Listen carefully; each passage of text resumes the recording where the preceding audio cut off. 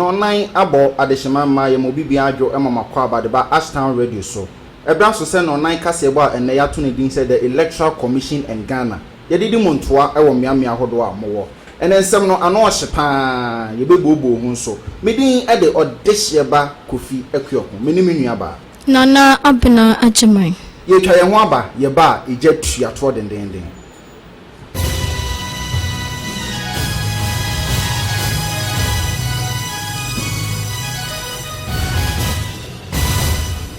so ye shase de ni betwemu Asante Mantem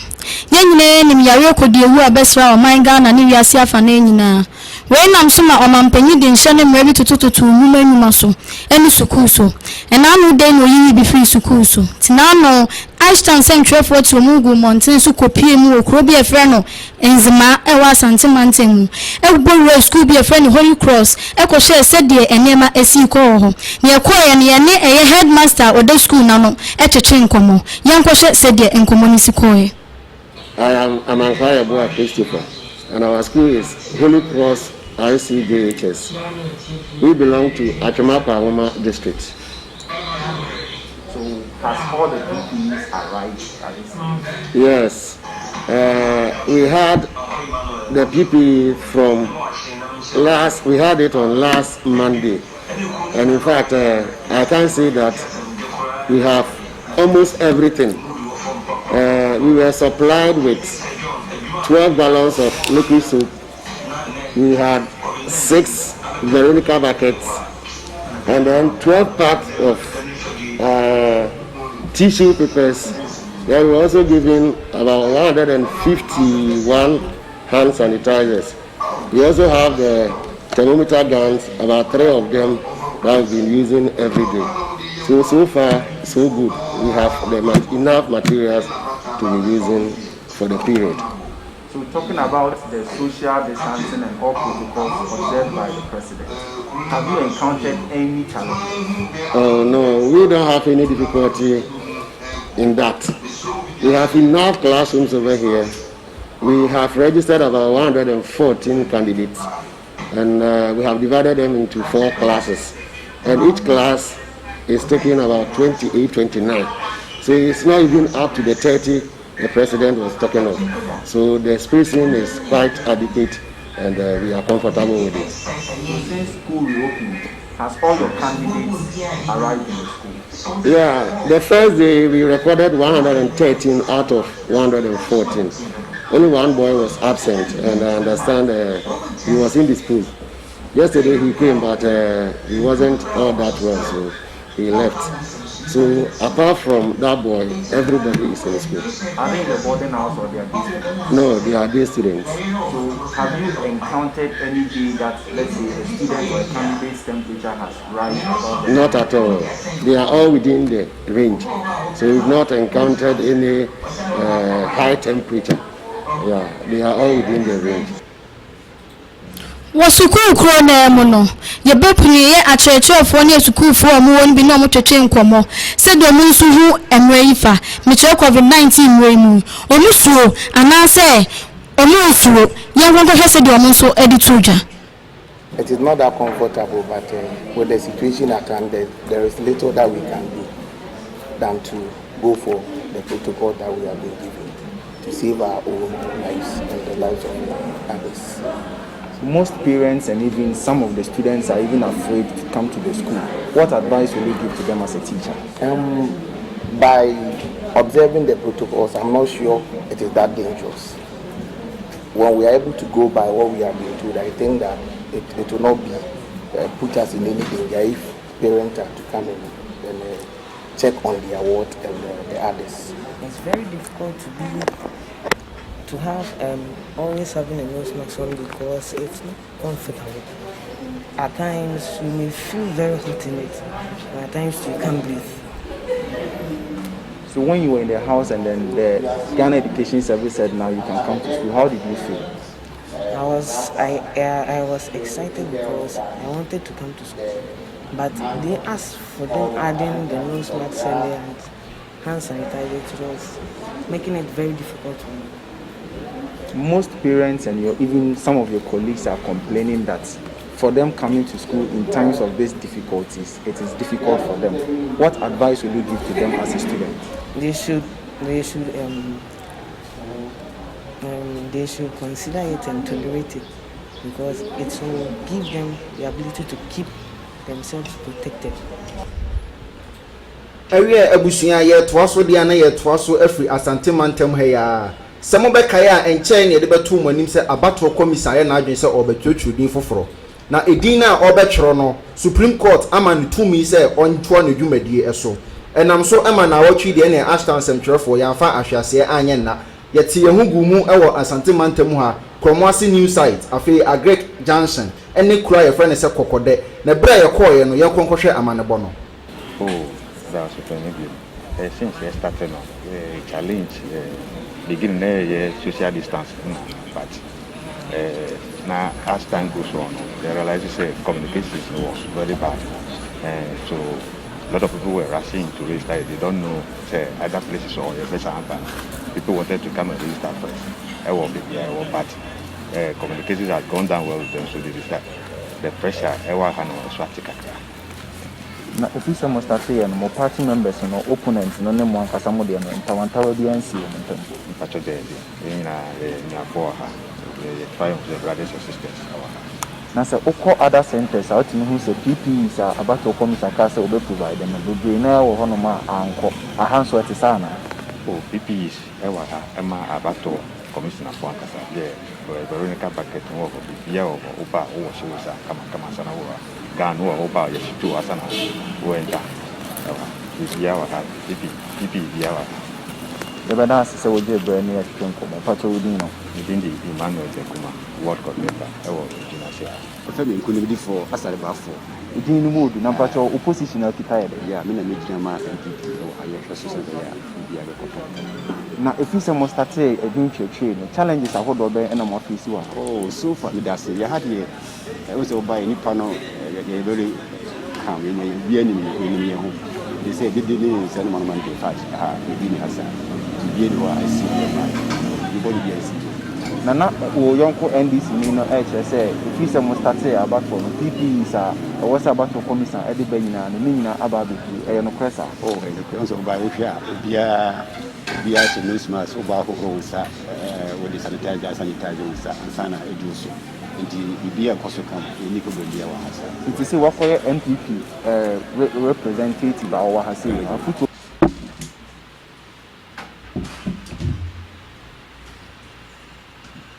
Only on more or my margin so much trouble. Oh, we didn't be a better because you can't afford a year to you. It's all you're going to inquire as a tribute. I don't see what police say, you're veteran hold on me, son.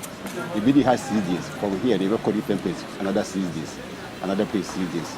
We did say, 30 days now, and so we'll be actually doing one time. If you say a Shabbat on us, for you being in a month from a more to move to do on more, them and anything or bad news, or once you are the date of birth and a near son, a harmonious challenge. Oh, how you need them not about opening here, but if I catch you, say, you're for the moment, and so what's your picture? Kind, it is not a mountain for me. Kind to say, if you would see, South and open Panaso. Your fellow since I didn't know was one. The Utmin cancel the movie to Kenya. Now I came and Sana, the dinner collaboration. Now, and no, a Nipana Casano, you know, and as about to commission and one. No, yeah, for women about the commission. It was Buhonoma or your penny date of death and Cassa. So, let me see there, we would like candidate to go on more penny. Son say, you will that don't can I say, Yana or move or Nina, this and Marina. About the commission, the only year, you will be as we are the different costumes. And I saw the Brenner Did Joseph a free? Daddy Joseph, we don't have a prayer for. If you say, your business say, if it's a mushe, you should have a net or so, yes, if it's a more fancy any challenges here. Uncle Pandaroma, facing challenge be a person one. Na me patcho PPs na mampeni kwa so mu die bu akun and also abedu and assign na isifa PPs na ba dodo na ba o shey nye wa ha bia shey the nose mask and social distancing protocols no you dis pepepe sanitize and then the message nyanya tissue ne hu kan ba nyina nsa ka didi jo nti se wantwi bia ma ne muso wa ha no da bi wantwi bia ma ne muso wa na to fa do the control on so bi wa ha e bia na ni date of birth or dia Ghana card e ye mistake se nipa na oba ha na obeye card no na wo fa se mo betini akorete ne dia ma no ana se de wa Ghana card na so na mo de ya ma no Ghana card no ye ne se mistake bi wo so a akonya wo se betimi corrections na ma no na later no akọ but say Ghana card office na omo so aye the correct one na man nti yes sane sa ma ni nti ba choma face on so bi roughly be nipa 2-3 bi kebi na ba me the Mavis supposed to from Wamati Health Center. e ka show you can see who say feel say na come down in some mo she jumedi ase monya obi a wonya sa ya ready wa Pacho de yenya bi obi aba ye check obi a yenya obi a ne temperature no rise above normal temperature no ti a high boko ba na me pacho won so obi o ha na so de e bi o asa de se wo ko check no e bi no ai na de so ma mo no and it's more experience bi Pacho de yo ha de obi aba me e catch omo se e be check wo na yi na ansa no matenase a omo pene ma yeye omotenase a yeye ma wo mo ba nso because say omotenase bu ho no ma obefa baby na aba be frame nti omo say ba ma ya register wo ma the search check will be a sana amomatenase ewe abusuya yetoa so ensem bi asisi ewo abatoɔ din a ɔtwetwere yi mu anka me hu ye de edin a yɛkɔkyerɛ de nka ntɔkɔ firi he na ɛba ntɔkɔ mpo ɛbɛba mpo anka nye Ghana fo yɛ ntam we de emrase badwani mu a ɛna wɔsɛ saa ntɔkɔ yɛ a ɛkɔ so yi ase sɛ ukopiem ɛwɔ ahafoma ntam a Esutifi South constituency emrase badwani a ɔwɔ hɔ Honorable Collins Dauda ɛna afei de ɔbɔ paama yɛ brim nkɔfoɔ ɛwɔ hɔ na yɛnya obi anso ambrim no sɛ MPP constituency organizer ɛna yɛabɔ paama yɛde plastic chair ahwe na suntemu ma kyɛ sɛ ɛnya asɛm ketewa mogya ɛpram abrantie edi a yɛkɔtwerɛ deɛ esi dan ɛna afei yɛde plastic chair ɛboro nkɔfoɔ owura Musa Isaka ɛna yɛde plastic chair ahwe na suntemu a afei mogya ɛpram ni ni nyinaa nso ɛnkɔmrɛ nyinaa ɛyɛ saa ɔpanyini a ɔyɛ mmarahyɛ badwani ɛde ma Esutifi South constituency saa nsɛm yi ɛnɛ yɛnya abrantie bi ɛwɔ ahoma ne so ɔyɛ social commentator kwaku yɛmɔakɔ aba ɛde ba Ashtown radio so na apom te sɛn nyame adom bibi abɔkɔ mema happy birthday in advance so nsuro koraa ɛbɛba sisi a na kwaku ɛna no na ɛyɛ EC MPP primaries ene EC enso etwetwe din hwede ekɔ so social commentators ma dwenkyerɛ ene sɛn amena asna minchawo afefo ne atiefo na omanna constitution ma EC for akwanya sɛ omon compile register for the voters obi abaso to aba a wadi 18 a were sound minded eko na man some mo kwan say in case of say omu se bi eto chima wo register no a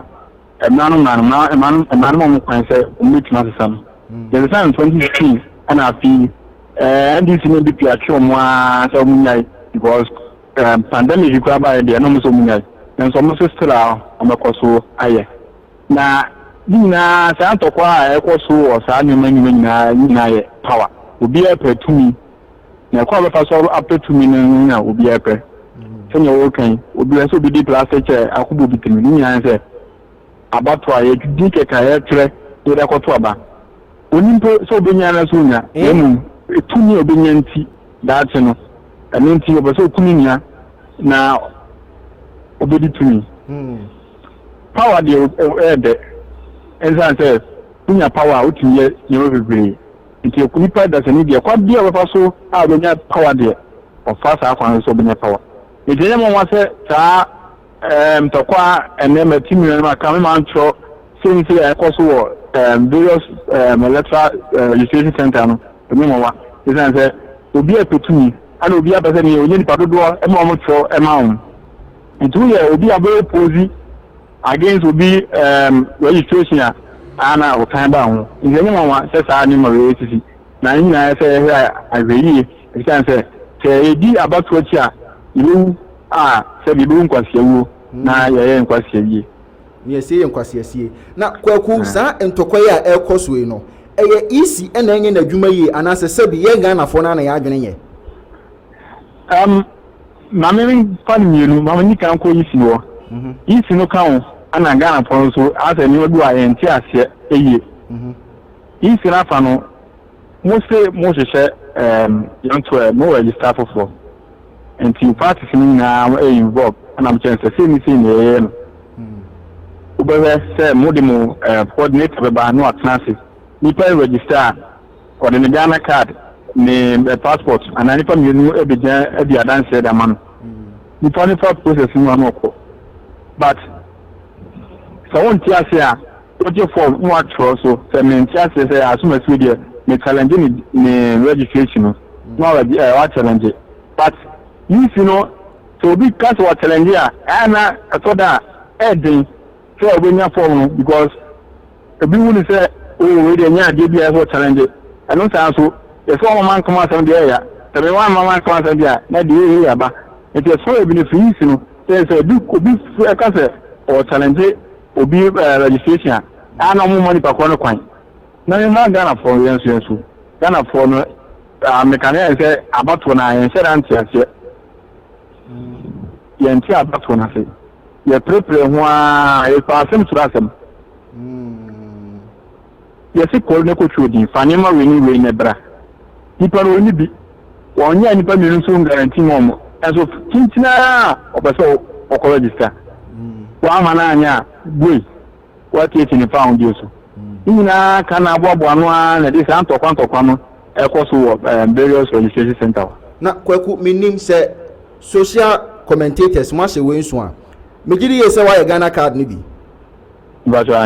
Ebra ye Ghana card no omoje ye birth certificate ene ade ena omode ye card no se wo kai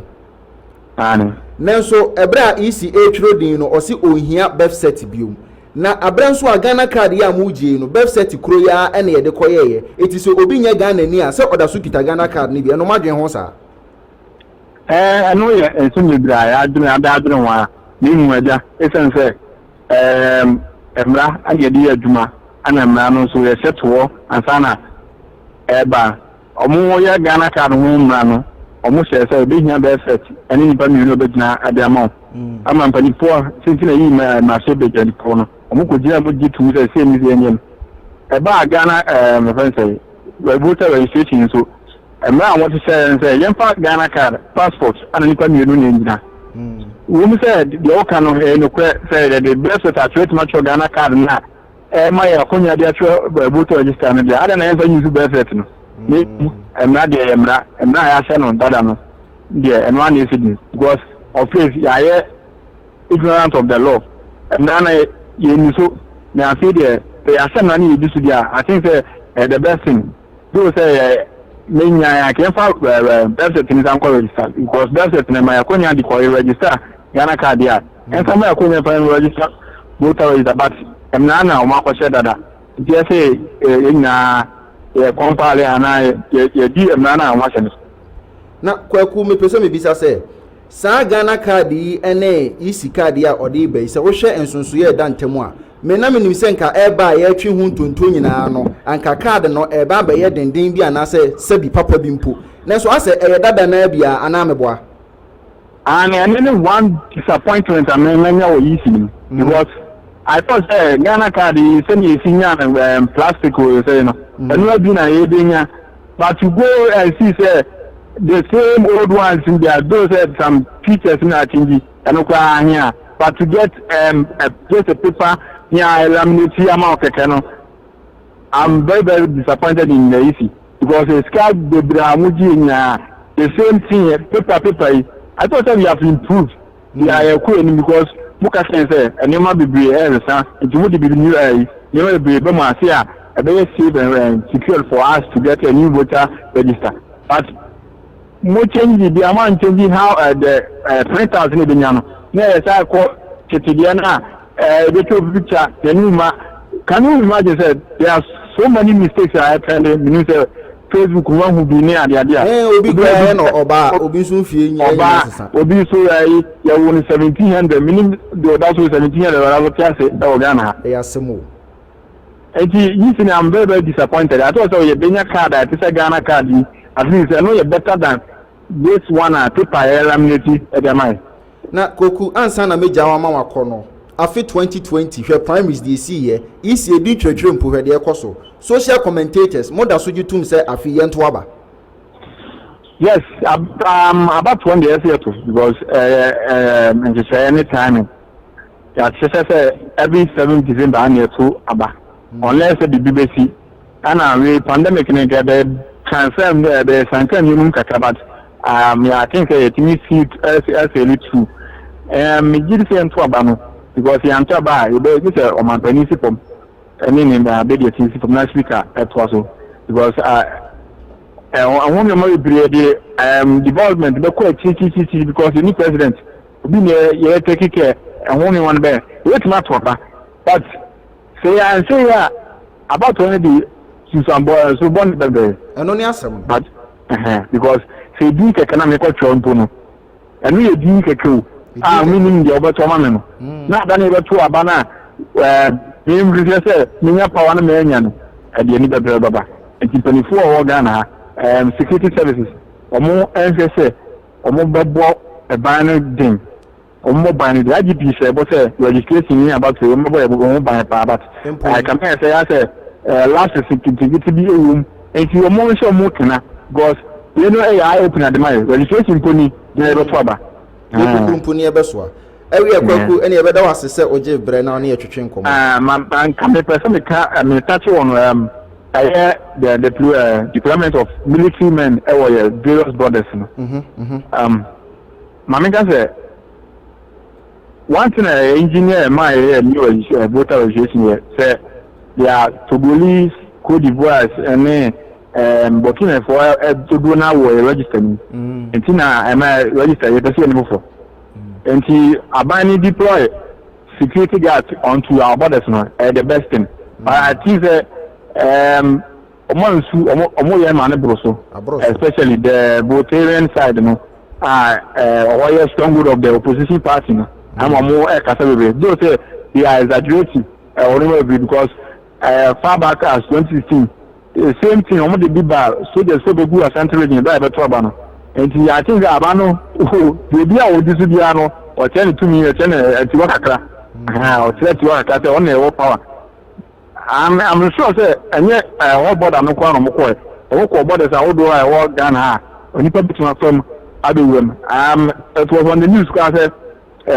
obi abewem say or be register man say in the babenya get free education ako you see if you are the abani as any soldiers no enkobo ban or borders say obi mewem register remind you COVID-19 am across border dika abani do enye bonu so be back as a be Bulgarian side ono ana wan so amananye ana this one so kan no asema wo nti say borders ya MBA no say ekoba say yetwiro din ni hwie na afa ye bie borders ne yebeto aba omo ni Ghana no makoka ama ya hodo so no yebe mo mato aba ne bi omo ye I think the money omo ye provision for omo outside some register but I never court I don't know if really was it court really on data but why it man register within the space using the approval I'm afraid obi enu abetumi about if you be border near to you are not part of the election ewe ene ye da se oni atwetwe nkomo nyame hwawo ezeme das yo Ebusia Kwaku Asante ena yete ne nkan no owo Asante Mantem ho oye social commentator edema Asante Mantem Free since mi so eni mbonwa coronavirus akachi ne mpa no honto makakra eni sen yenyina yenim se sa ya we kodi ewu we senka wunye bia e wo se de wo hyede me e quarantine na ye sa wo yare ansa na nka wo be pia ba abonten a wo pie na wan fa sa yare a ma me sa obi na so osofo a wo hye ye osofo a wo hye ye dwedie so a wo sa ye mra hye bedwani de matema west de osofo onabo Carlos ahenkra one day we ni san hihye we nhihye we so anything papa sa wanya yare kodie we bia o Ghana Medical Center oje ayarehye emra de be won se papa di mike pie free sa ayare sa bia ho papa yi kwan yi okwan we nya ba bia anko se eye registration center Waterma West ho na papa ekobo ni ho adwa ena sa wo ko nyina o mampanyi di ntete hu no when o mampanyi se sa yare se wo ne bia wo se ye quarantine ni se wo yare ansa na odo ho be frafra nipa odo ho afrafra enti se osofo ya anhye sa nyema we nyina so na so wode sa yare pia ko bebia nipa wode a wono a emeyi ni ho adi so wonyi ni ho adi dia wono o mampanyi be yi ne di when we and crying sa kan say I after the honorable Carlos was sign one day letter akwama omampanyin se wotu no ho afiri akonwa so when omampanyin dia seda chenchenche ma no se enyema mienu odema no woyi mu baako na ono atu no ho afiri akonwa ne so na wo rehye no well na nipa ne nsa hyekrate ya se ye honorable Eugene Ahin our director of communication office of the president enti ebesa koso di nsem wo yachi di ebesi wo achi bia na ebesa di abrashfo na na abna odimrika hu na wapi no okwan odo kwasa nkrofo okocheche yade no eti oman Ghana ede ade ne ye pre ye ho age ehu ye mpanyimfo na e wo se ye boy yade no hu daguru ma manfo hu yade ni hu no wenya yade no udi apia bonten se mampia mikrofo be ka se ye hye dwumadi aso kwa mehwe wo na eti se obo mama ne se wo yare o mbeche wana na da bi mpo se wo mo mama ne kwa yare na wo wenya na wudi pie no opeso mo nso nya bia na se o mampanyin akasa wa ya ade pa yetu na ade so yetu no na doctor kura ono nso ehwe ma ni pie ye no ono nso wo se question no o si doctor ni so betimi apie doctor ni so betimi apie krata aben na ede aba bonten e kire se ne ho ato no kura nti won pie ya se mu sanse wo nyina wo se mpanyimfo hwe na omoka wie abusua yetoa ensem ne so yetoa so na ede ni achiemu o enkran pomponi mantem enrada ena awehosem ebeto odwa se yewura kwadwo owusu afiye aye friend se John na oye CEO Edema Forestry Commission na onu koyan so former secretary for NPP amanyokuo no enra ena beto odwa se opanyini wato nananom wonsiedo ene sen empanyifo kire se ne hododo no emritia wa bi mu na enu akiri no ena fofi antoata Ghana man ene kwabre sakrawo no fo nyina yante asempa opanyini enchiremu ekire se yade a abesua oman so ode na bufuhyew atiesi montene so okum nipa o sei nyuma o sei aman mekire kwabena 19 coronavirus ono ene ode na pakan asi ho a watam opanyini atum ede ne koyaya sabre de oman Ghana yewo ayiemu yewo ayiyom yewo arehu mo hwe me black ikrampo a ese ohun se oman Ghana edane abutu sabre ya me no kasa de opanyini e fe ne se John panyini kwadwo owusu afiye wato nananom ewo ensiedo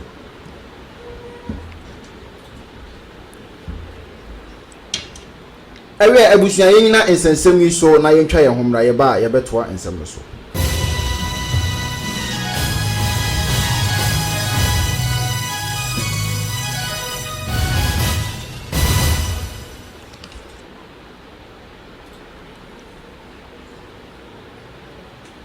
ewe abusua ansa na yebe sori kasafidie ne so no yebe bobo ensem kakra eho yenwura se John a wawui nana ayawe husemu nyanko afode a opanyini ede ne ho asi ho ama oman Ghana ene coronavirus or therefore kwabena 19 ode ne ko na me kwa de ma we ho pa kese ne se yanti papa yare yanti o na nkempo omumeka nche se oyare na gya yen na yefa mpaibo eni achi na me de menti ase ne se omo a omunya yare ne bi ba bonten so omanya bi a omuka so omunya yen omo ne ti ho de beba na yenti ho hwe de be ho ne se wawu so ese covid-19 ne kun na me kura owo yi ba yen na achi na me bisa me ho se John enya yare yi bi ena nka oditi si kwa bre sakra wonu a anka sabri nka no ma ba mpu nka ho kenka na hwe oswafo ye kan se mra hye bedwani mu a ya mo makotena mra hye bedwam ahye mra ewo kwabena 19 yi ho unya yade bi a oseme kochiachia se doctor na ama na pie ono de se yo ono na ti doctor na ama wa pie kura mpo a wo emra no wan hye bi Debio emra no wan hye bi se se driver ni a one ne fa car ode no ne nkwa ato asane omu a omudi na chi ne koye omu nyina ho akere omu isifo na omu register no no mu nyina se ye kohwehwe omu mojamu ansa na nipa dodo na agbanchemku ye ko mu omu dodo no nyina ye ko hu omu wo hefa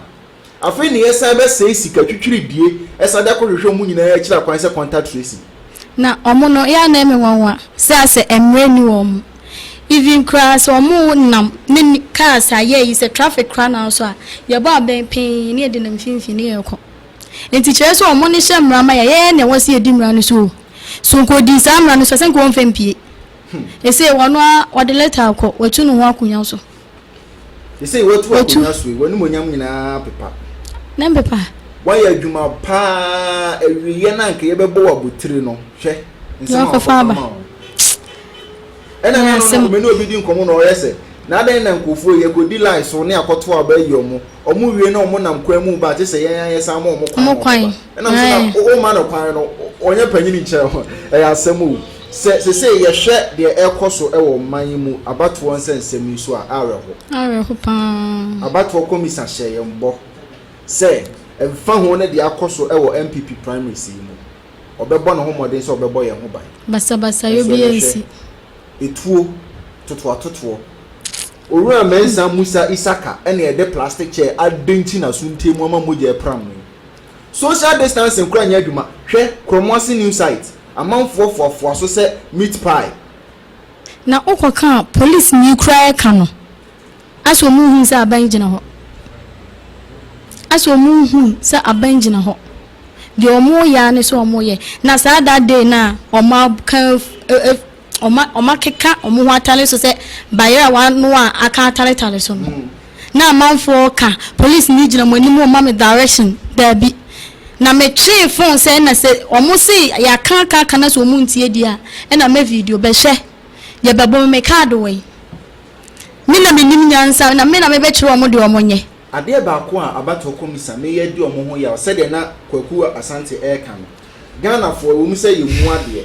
Nemo mu a we abato komisa ya se yiwu se bra betwetwedin no sabi una wonnim de ye eti ye tifie na ye Ghana fo no ye nim de ekoso mokotena nkan ho se Kumasi o se hina mo komusuku e de mo fantitie mu wone ma mo beye no ye ni hobi eni twese wo ni se e nipa ho adwuma na wo ye eno ahwede ekoso abato komisa official mu a wo share jacket wisi jacket no be gina sem trefo ni dum kama no mu fe on enti buhu ne se senkenye nsemtwere adwuma ene ya adwuma ne mu ntete ya anke ene ne betoto enya go efi se nipa kokko na eba woyem no hu ne se ye nipa adwuma na wo obia wo sa kokko ni bi eda no yem enti isifo no hu se omanum kasafo efa dodo na omanum kasa nye de o ma me abrewa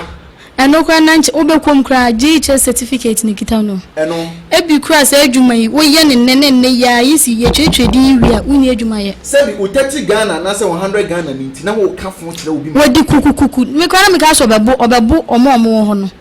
kukukuku dum camera wo konso sa de abotere ne ko yi sa one san she nose mask mpuna sa de ben eno nyina na nchen no afidi amode ye adwuma ye nimu me a me kofi a me meti he o de afidi no besi manim se obi de ne moro team so ntimenya me nhunu mu eti wo na wo se wonya adaje ese ma me fo no abebre nim se mu gi sika wa akire mo so mo se mu gi sika eti ebia abusua enti sa afidi na ye de ye adwuma no se ye register nipa ba ko a ebia sima se ye akire ansa na afidi na sa ye adwuma na nipa na tene ho ase nipa ne ko ken unsu wudi na tem na onse machine ya edi ensa to suma ne peke yansa no onse nam ya re ntin senka me de mensesi so wi a ofoforo ba e wo se mo de sanitizer na de bi fa so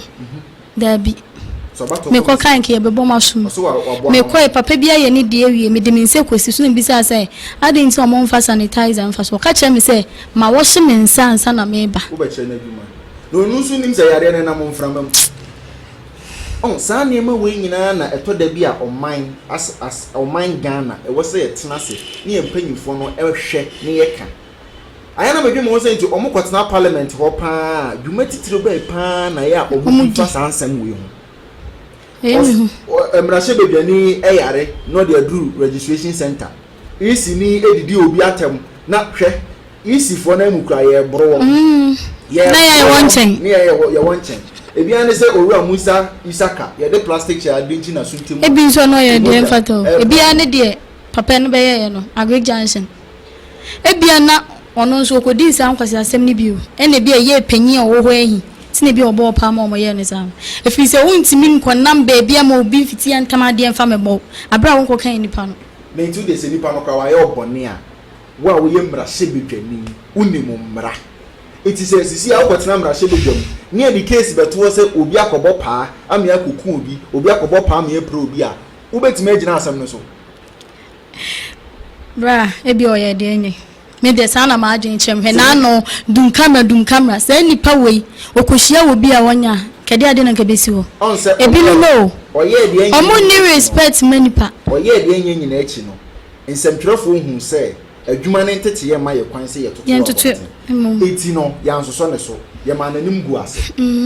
sanso na wo se hu se wa wo ye mra hye bebiani wuni mu mra wa shemra se obi ekobo pam ye ku obi kobo pam ye pro bi a eye criminal case nti yafa no nkotum ye beche no enti se wo so a wo ye mra hye bebiani a wakobo pam ye de plastic chair akopra obi abranti nti ye yasem e se oman Ghana yetumi ye hwe ne na me kwa de omampanyi omaya de ba mani aso